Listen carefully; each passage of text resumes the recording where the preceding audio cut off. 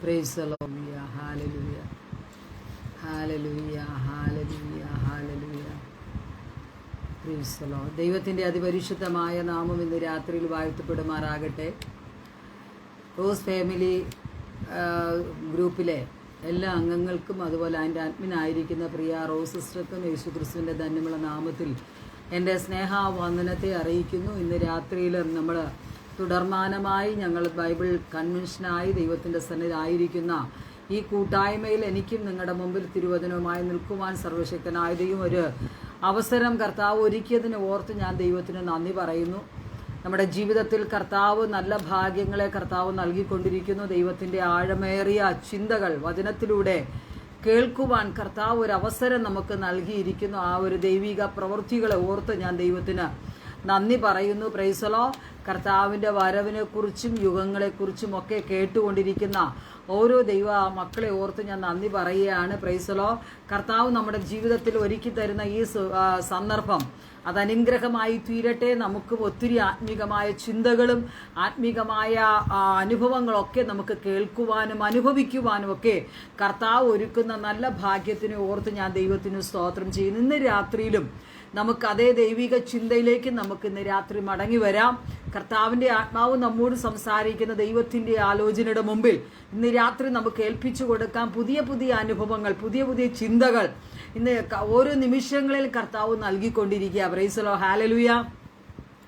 നമ്മൾ പുതിയ അനുഭവങ്ങൾ നമ്മൾ കേൾക്കുമ്പോൾ കർത്താവ് ഇത് നമ്മുടെ ജീവിതത്തിൽ കേൾക്കപ്പെടുന്ന അനുഭവങ്ങൾക്കൊത്തവണ്ണം കർത്താവിൻ്റെ സ്ഥലം നമുക്ക് സമർപ്പണത്തോടെ ആയിരിക്കണം. ആഴമായ ദൈവിക ചിന്തയ്ക്കൊത്തവണ്ണം നമുക്ക് മുന്നോട്ട് പോകുവാൻ കഴിഞ്ഞാൽ കർത്താവിൻ്റെ വരവിൽ നമുക്കും അനുഗ്രഹിക്കപ്പെടുവാനും കർത്താവിൻ്റെ വരവിൽ നമുക്കും ഒരുക്കമുള്ളവരായി തീരുവാനും കർത്താവ് സഹായിക്കട്ടെ. Price the Lord.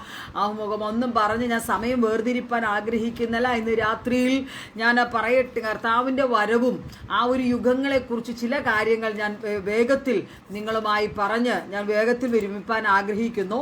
മത്തായി സുവിശേഷം അതിൻ്റെ 16-ാം അധ്യായത്തിൻ്റെ 1 മുതൽ അതിൻ്റെ 3 വരെയുള്ള വാക്യങ്ങൾ വായിക്കുമ്പോൾ ഞാനത് വായിക്കാം. അനന്തരം പരീശന്മാരും സദൂക്യരും അടുക്കെ വന്ന് ആകാശത്ത് നിന്നൊരടയാളം കാണിച്ചു തരണമെന്ന് അവരെ പരീക്ഷിച്ചു ചോദിച്ചു. അവരോട് അവൻ ഉത്തരം പറഞ്ഞത്, സന്ധ്യാസമയത്ത് ആകാശം ചുമന്നു കണ്ടാൽ നല്ല തെളിവാകുമെന്നും രാവിലെ ആകാശം മൂടി ചുമന്നു കണ്ടാൽ ഇന്ന് മഴക്കോളുണ്ടാകുമെന്ന് നിങ്ങൾ പറയുന്നു. ആകാശത്തിൻ്റെ ഭാവം വിവേചിപ്പാൻ നിങ്ങൾ അറിയുന്നു, എന്നാൽ കാലലക്ഷണങ്ങളെ വിവേചിപ്പാൻ കഴിയുന്നില്ലയോ? Praise the lord. നമുക്ക് ഈ ഭാഗത്തിൽ നമുക്ക് കാണുവാൻ കഴിയുന്നു, യേശുവിനോട്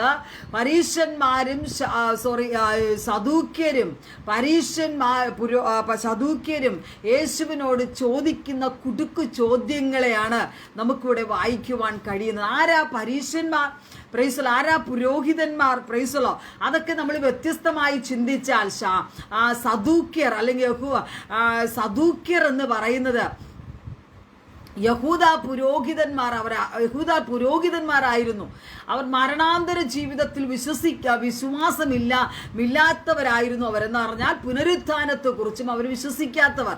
അപ്പോൾ അതിനൊക്കെ ആ ഒരു രണ്ട് ആ യഹൂദന്മാരും പരീശന്മാരും യേശുവിൻ്റെ അടുക്കൽ വന്ന് വ്യത്യസ്ത നിലവാരത്തിലുള്ള ചോദ്യം അവരോട് ചോദിച്ചപ്പോൾ യേശു കൊടുത്ത മറുപടിയാണ് നാം ഇവിടെ വായിച്ചു കേൾപ്പാനിടയായത്. യേശു പറഞ്ഞു, ലോകത്തിലുള്ള ആകാശത്തിലുള്ള ചില ലക്ഷണങ്ങളെ നിങ്ങൾക്ക് വിവേചിപ്പാൻ കഴിയുന്നുണ്ട്, പക്ഷെ എന്നാൽ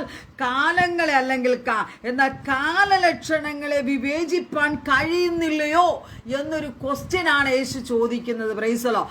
ആ ഒരു തരത്തിൽ യഹൂദരും ആ സദൂക്യരും യേശുവിനെ കുടുക്കിയ സമയത്ത് യേശുവിൻ്റെ മറുപടിക്കൊത്തവണ്ണം അവരെ വിട്ടു പോകുവാനിടയായി.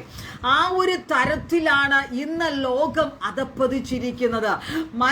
മനുഷ്യരെ അല്ലെങ്കിൽ ആ ഒരു തരത്തിൽ കുടുക്കുന്ന തരത്തിൽ കർത്താവിൻ്റെ വരവിനെ കുറിച്ചും അല്ലെങ്കിൽ അതിൻ്റെ ലക്ഷണങ്ങളെ കുറിച്ചും യാഥാർത്ഥ്യതമായി മനസ്സിലാക്കുവാനോ ആ ഒരു അനുഭവത്തിലേക്ക് മുന്നോട്ട് പോകുവാനോ കഴിയാതെ ലോകത്തിനുള്ള ചിന്തകൾക്കൊത്തവണ്ണം മനുഷ്യർ തന്നെ കുടുക്ക് ചോദ്യങ്ങളാൽ അവർ ആ ഒരു അനുഭവത്തിൽ മുന്നോട്ട് പോകുമ്പോൾ നാം കർത്താവിൻ്റെ സന്നിധിയിൽ ഒരുക്കമുള്ളവരായി കർത്താവിന്റെ വരവിനായി നാം കാത്തിരിക്കുന്ന നമ്മെക്കുറിച്ചുള്ള ദൈവത്തിന്റെ പദ്ധതികളെ നാം ഓർത്ത് ഈ നാളുകളിൽ നമുക്ക് വിശ്വാസത്തോടെ മുന്നോട്ട് പോയാൽ കർത്താവിന്റെ വരവിൽ നാമും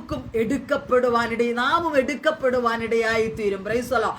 ലോകത്തിൽ അനേകരെ ദൈവത്തെ അറിഞ്ഞിട്ടും ആ ഒരു ദൈവിക പദ്ധതി പ്രകാരം മുന്നോട്ട് പോകുവാൻ കഴിയാതെ അനേകർ ഈ ലോകത്തിന്റെ ചിന്തയ്ക്കൊത്തവണ്ണം അധപ്പതിച്ചു പോകുമ്പോൾ നാം ക്രിസ്തുവിനെ വീണ്ടെടുത്തിരിക്കുന്ന തന്റെ ജനത്തിന്റെ മേൽ ആ ഒരു വീണ്ടെടുപ്പിനൊത്തവണ്ണം നമുക്ക് മുന്നോട്ട് പോകുവാൻ കഴിഞ്ഞാൽ കർത്താവിന്റെ വരവിൽ നാമും എടുക്കപ്പെടുന്നവരായിരിക്കും. Price the Lord. നാം ചിന്തിക്കുവാനിടയായി കർത്താവിന്റെ ഒത്തിരി ഞാൻ ഈ ബൈബിൾ കൺവെൻഷനോടനുബന്ധിച്ച് ഒത്തിരി മെസ്സേജുകൾ നമ്മളെ ലൈവിൽ കേട്ടുകൊണ്ടിരിക്കുക. ഒത്തിരി ദൈവദാസന്മാരും ദൈവദാസിമാരിലൂടെ ദൈവിക ശബ്ദങ്ങളെ നമുക്ക് കഴിഞ്ഞ ദിവസങ്ങളിലൊക്കെ കേൾക്കുവാനിടയായി. ആ ഒരു ചിന്തയ്ക്കനുസരിച്ച് ഞാൻ മറ്റൊരു ദൈവികമായ പദ്ധതിക്കായി ഞാൻ ഇന്ന് രാത്രി ഒരുങ്ങുവാനിടയായി തീരുക. Price the Lord. നാം ചിന്തിച്ച ചിന്തയ്ക്കൊത്തവണ്ണം നാം എല്ലാവരും കർത്താവിന്റെ വരവിന് വേണ്ടി ഒരുങ്ങി കാത്തിരിക്കുമ്പോൾ ആ ഒരുക്കത്തിന്റെ ആ ഒരു ദൈവിക പ്രവൃത്തിയോടെ ഈ നാളുകൾ മുന്നോട്ട് പോകുമ്പോൾ നാമും എന്ത് ചെയ്യാം? കർത്താവിന്റെ വരവിൽ നാമും എടുക്കപ്പെടുവാനിടയായി തീരും. Price the lord. ഹല്ലേലൂയ. ഇന്ന് രാത്രി ആ ഒരു ചിന്ത നമ്മുടെ ജീവിതത്തിലെന്നും ഒരു അനുഗ്രഹമായി തീരട്ടെ.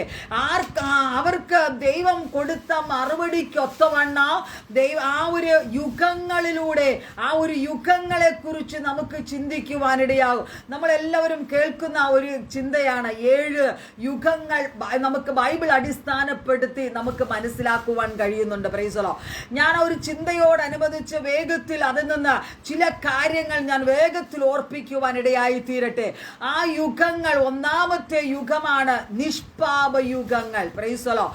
ആ യുഗത്തെ കുറിച്ച് ബൈബിൾ പഠിപ്പിക്കുന്നത് ഉൽപ്പത്തി പുസ്തകം 1-ാം അധ്യായം മുതൽ നാം വായിക്കുമ്പോൾ അതിൽ വ്യക്തമായി നമുക്ക് മനസ്സിലാക്കുവാൻ കഴിയുന്നു.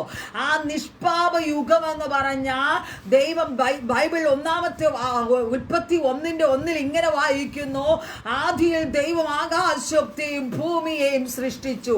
ആ സൃഷ്ടിപ്പിനോടനുബന്ധിച്ച് തുടങ്ങുന്ന ആരംഭ ഘട്ടങ്ങളിൽ ദൈവം ആ മനുഷ്യനെ ഉണ്ടാക്കി. മനുഷ്യൻ എന്ത് ചെയ്യുന്നറിയാമോ? പാപം ചെയ്തു, പാപത്തിന് അടിമപ്പെട്ടു പോയി. ആ പാപത്തിൽ അടിമപ്പെട്ടു പോയ ജനം ആ മനുഷ്യനെ പാപത്തിൽ നിന്ന് വീണ്ടെടുക്കുവാൻ വേണ്ടി ആ ഒരു കർത്താവ് വാനവരാശിയായി ഈ ഭൂമിയിലേക്ക് ഇറങ്ങി വരുവാനിടയായി. നമുക്കറിയാം എന്താ ആ ആദിമ മനുഷ്യൻ അവന്റെ പാപം എന്തെന്ന് ചോദിച്ചാൽ നമുക്ക് ബൈബിൾ വ്യക്തമായി മനസ്സിലാക്കുവാൻ കഴിയുന്നു. യഹോവയായ ദൈവം മനുഷ്യനെ കൂട്ടിക്കൊണ്ടുപോയി ഏദെൻ തോട്ടത്തിൽ വേല ചെയ്യുവാനും